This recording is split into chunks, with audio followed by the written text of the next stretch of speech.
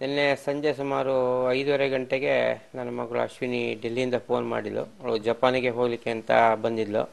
ಪಪ್ಪ ಹೀಗೆ result positive ಆಗಿ ಬಂದಿದೆ, ನಂದು ಸಹ ನನಗೆ ಭಾಳ ಆಶ್ಚರ್ಯ ಆಗಿದೆ. ನಾನು ಕನಸಿನಲ್ಲೂ ಆ ರೀತಿ ಯೋಚನೆ ಮಾಡಿರಲಿಲ್ಲ. ನಾನು 100ಕ್ಕೆ 100 ನನ್ನದು ಏನು ತಪ್ಪಿಲ್ಲ, ಏನೋ ಆಗಿದೆ ಪಪ್ಪ, ನೀವೇನು ಹೆದರಬೇಡಿ, ಟಿ ವಿಯಲ್ಲೆಲ್ಲ ಬರ್ಬೋದು, ನೀವೇನು ಹೆದರಬೇಡಿ, ನಾನೇನು ತಪ್ಪು ಮಾಡಲಿಲ್ಲ ಅಂದಮೇಲೆ ಹೆದರೋ ಅವಶ್ಯಕತೆ ಇಲ್ಲ ಅಂತ ಫೋನ್ ಮಾಡಿದ್ಲು.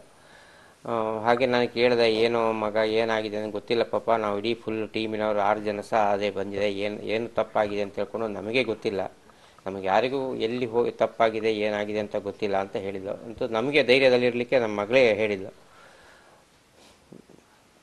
ನಾನು ಇದರ ಬಗ್ಗೆ ಮುಂಚಿಂದಲೂ ಮಗಳಿಗೆ ಹೇಳ್ತಾ ಇದ್ದೆ, ಮಗ ಭಾಳ ಜಾಗ್ರತೆ ಇರು ಇಂಥ ವಿಷಯದಲ್ಲಿ ಅಂತಲ್ಲ. ಅವಳು ಏನು ನಮ್ಮ ಮನೆಗೆಲ್ಲ ಬಂದಾಗ ಒಂದು ಜ್ವರ ಬಂದರೆ ಒಂದು ಕ್ರೋಸಿನ್ ಆಗಲಿ ಅಥವಾ ಒಂದು ವಿಕ್ಸ್ ಟ್ಯಾಬ್ಲೆಟ್ಸ್ ಆಗಲಿ ಅಥವಾ ಯಾವುದೇ ರೀತಿಯ ಟ್ಯಾಬ್ಲೆಟ್ಸನ್ನು ಸಹ ತಗೊಳ್ತಿರಲಿಲ್ಲ, ಅಷ್ಟು ಜಾಗ್ರತೆ ಮಾಡ್ತಾಯಿದ್ಲು.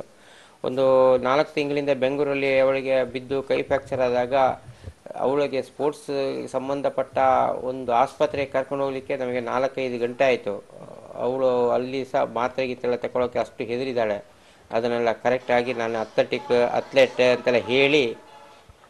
ಅಂತೆಲ್ಲ ಹೇಳಿ ಮತ್ತೆ ಅಷ್ಟು ಮಾಡಿ ಜಾಗ್ರತೆ ಮಾಡಿ ಔಷಧಿ ತಗೊಂಡೆ. ಏನಾಗಿದೆ ಅಂತ ಅವಳಿಗೂ ಗೊತ್ತಿಲ್ಲ.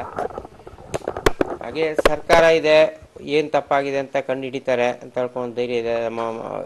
ನನ್ನ ಮಗಳು ಮಾತ್ರ ಅಲ್ಲ, ಎಲ್ಲ ಅಥ್ಲೆಟ್ಗಳಿಗೂ ಅನ್ಯಾಯ ಆಗಬಾರ್ದು, ಯಾರು ಅದರಲ್ಲಿ ಅದರಿಂದ ಆಗಿ ಅವಳ ಸ್ಪೋರ್ಟ್ಸ್ ಕ್ಯಾರಿಯರಿಗಾಗಲಿ ಏನು ತೊಂದರೆ ಆಗಬಾರ್ದು ಅಂತ ಹೇಳುವ ಒಂದು ಆಸೆ ನಾವು ಇಟ್ಕೊಂಡಿದ್ದೀವಿ. ಹಾಗೆ ದೇವರಲ್ಲೂ ಪ್ರಾರ್ಥಿಸ್ತೀವಿ, ಏನೋ ಆಗಿ ತೊಂದರೆ ಆಗೋದು ಬೇಡ ಅಂತ. ವ್ಯವಸ್ಥೆ ಕೋರ್ಡಿನೇಷನ್ ಬಗ್ಗೆ ಹೇಳೋದಾದರೆ, ಅದ್ರ ಬಗ್ಗೆ ನಾನು ಹೇಳೋದಷ್ಟು ಉಚಿತವಾಗಿ ಅಲ್ಲ. ಆದರೂ ಒಂದಂತೂ ಸತ್ಯ, ಅದು ಇಂಡಿಯನ್ ಅಥ್ಲೆಟಿಕ್ ಅಸೋಸಿಯೇಷನ್ ಇದೆ, ಇಂಡಿಯನ್ ಒಲಿಂಪಿಕ್ ಅಸೋಸಿಯೇಷನ್ ಇದೆ, ಸಾಯಿ ಇದೆ, ಇಂಡಿಯನ್ ಕೋಚಸ್ ಇದ್ದಾರೆ, ಫಾರಿನ್ ಕೋಚಸ್ ಇದ್ದಾರೆ, ಡಾಕ್ಟರ್ಸ್ ಇದ್ದಾರೆ. ಒಂದು ಮಾತ್ರ ಹೇಳ್ಬೋದಂದರೆ, ಯಾರಿಗೂ ಕೋಆರ್ಡಿನೇಷನ್ ಮಾತ್ರ ಖಂಡಿತವಾಗಿಯೂ ಇಲ್ಲ, ಅಷ್ಟು ಮಾತ್ರ ನಾನು ಹೇಳ್ಬೋದೆ. ಅದರ ಎಫೆಕ್ಟ್ ಎಲ್ಲಿಯವರೆಗೆ ಹೋಗಿದೆ, ಏನಾಗ್ತದೆ ಅಂತ ಹೇಳ್ಕೊಂಡು ನಮಗೆ ಗೊತ್ತಿಲ್ಲ. ಅಂತೂ ಬಲಿಪಶುಗಳು ಮಾತ್ರ ಪಾಪದವರು ಆಗಬಾರ್ದು ಅಷ್ಟೇ. ನಿನ್ನೆ ಸಂಜೆ ಫೋನ್ ಮಾಡಿ, ನನಗೆ ಹೀಗಾಯಿತು, ಟೆಸ್ಟಿಂಗಲ್ಲಿ ಹೀಗೆ ಬಂತು ಅಮ್ಮ, ನೀವೇನು ಬೇಸರ ಮಾಡಬೇಡಿ ಅಂತ ಹೇಳಿದ್ಲು. ಮತ್ತು ಜಪಾನಿಗೆ ಹೋಗುವ ಇದರಲ್ಲಿ ಅವಳು ಡೆಲ್ಲಿಗೆ ಬಂದಿದ್ಲು. ನೋಡಿಬಿಟ್ಟು, ನೀವೇನು ಚಿಂತೆ ಮಾಡಬೇಡಿ ಅಮ್ಮ, ನೀವು ತುಂಬ ಧೈರ್ಯದಲ್ಲಿರಿ, ನಾನೇನು ಹೆದರಲಿಲ್ಲ, ಇನ್ನು ಮುಂದೆ ನಾನು ಅದನ್ನು ನೋಡ್ಕೊಳ್ತೀನಿ ಅಂತ ಹೇಳಿದ್ಲು. ಅವಳು ಇದರಿಂದ ಏಷ್ಯನ್ ಗೇಮ್ಸು ಮತ್ತು ಕಾಮನ್ವೆಲ್ತ್ ಎಲ್ಲರ ಮೊದಲು ಟೆಸ್ಟ್ ಮಾಡಿದ್ದಾರೆ ಅವಳಿಗೆ. ಅದರೆಲ್ಲದರಲ್ಲೂ ಟೆಸ್ಟ್ ಮಾಡಿದ್ರಲ್ಲೂ ಅವಳು ಎಲ್ಲದರಲ್ಲೂ ಚೆನ್ನಾಗೇ ಇದ್ದಿದ್ಲು. ಈಗ ಅದು ಯಾಕೆ ಬಂತು, ಏನು, ಎಲ್ಲಿಂದ ಅಂತ ಅವಳಿಗೇನು ಒಂದೂ ಗೊತ್ತಿಲ್ಲ.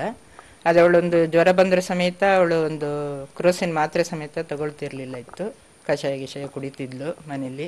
ಆಹಾರದ ಬಗ್ಗೆ ನಾವು ಜಾಗ್ರತೆ ಯಾವಾಗಲೂ ಹೇಳ್ತಾ ಇತ್ತು ಅವಳಿಗೆ, ಅಂಥದ್ದು ಮಾಡಬೇಡ ಮಗ ಅಂತ ಹೇಳ್ತಲೂ ಇದ್ದೀವಿ. ಆದ್ದರಿಂದ ಅವಳು ಹಾಗೆ ಮಾಡಿಲ್ಲ ಅಂತ ನಾವು ತುಂಬ ಧೈರ್ಯದಲ್ಲಿದ್ದೀವಿ, ಅವಳು ಹಾಗೆ ಮಾಡಲಿಕ್ಕಿಲ್ಲ ಅಂತ.